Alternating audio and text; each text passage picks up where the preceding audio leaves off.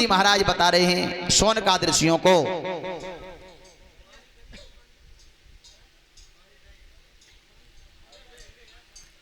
श्री सूत जी ने कहा कि जो हमारे परम पूज्य गुरुदेव हैं व्यासी महाराज, वो एकांत में बैठे हुए थे और एकांत में जब बैठे तो वो बड़े दुखी थे। और दुख किस बात का?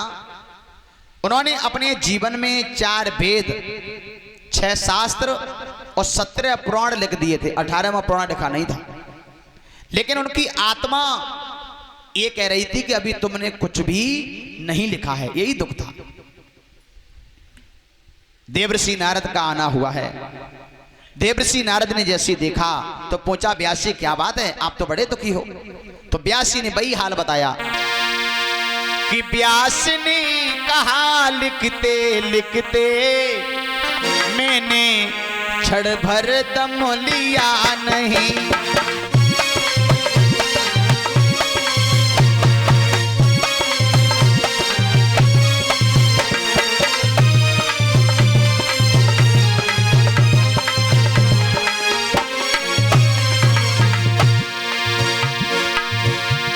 व्यास ने कहा लिखते लिखते मैंने क्षण भर दम लिया नहीं।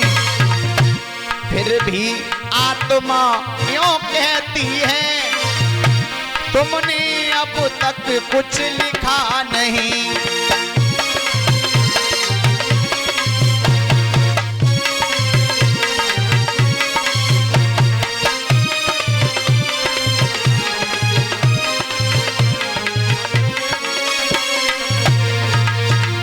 मैंने जब तक अपना पूरा जीवन लगा दिया लिखने में, मेरे ऊपर चौथापन आ गया, पर मेरी आत्मा कह रही है अभी कुछ नहीं लिखा है।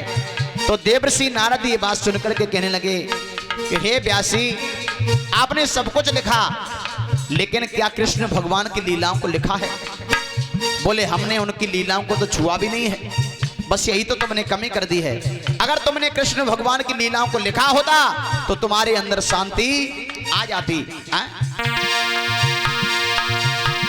भोजन में स्वाद बढ़ाने को बीसियों पदार्थ बनाए हैं, पर बिना नमक के बेसारे सब सारहीन कहलाए हैं।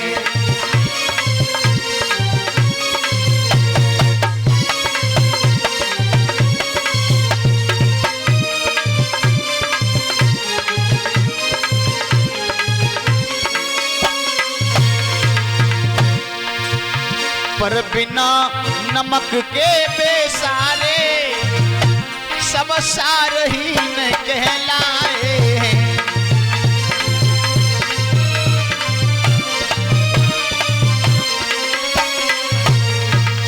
अगर आपने श्याम सुंदर की लीलाओं को लिखा होता तो वास्तविक आपको शांति मिल जाती। जैसे आप भोजन कितने भी अच्छे ढंग से बना लो, कितने भी मसाले मिला लो, और जब तक तुम नमक नहीं डालोगे तब तक कोई स्वाद नहीं मिलता है। ऐसे ही जब तक कृष्ण की भक्ति जीवन में नहीं होती है तब तक जीवन का कोई आनंद मिलने वाला नहीं है।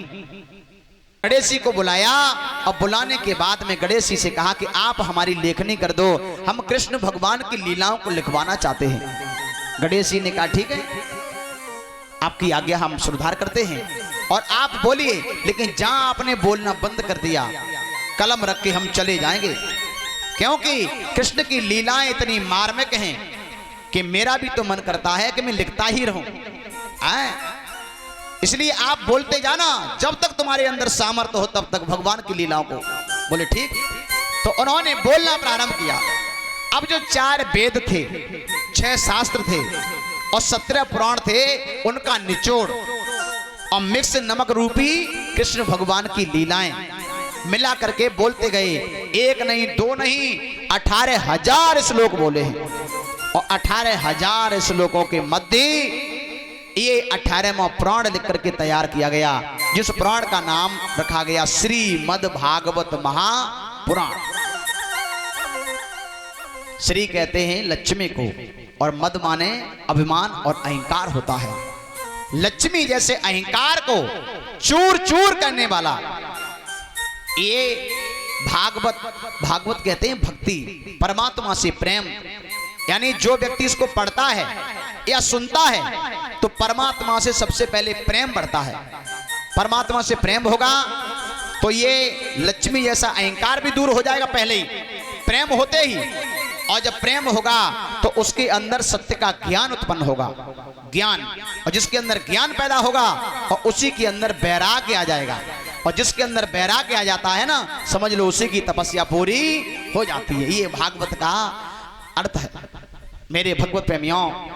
ये भागवत कोई साधारण चीज नहीं है।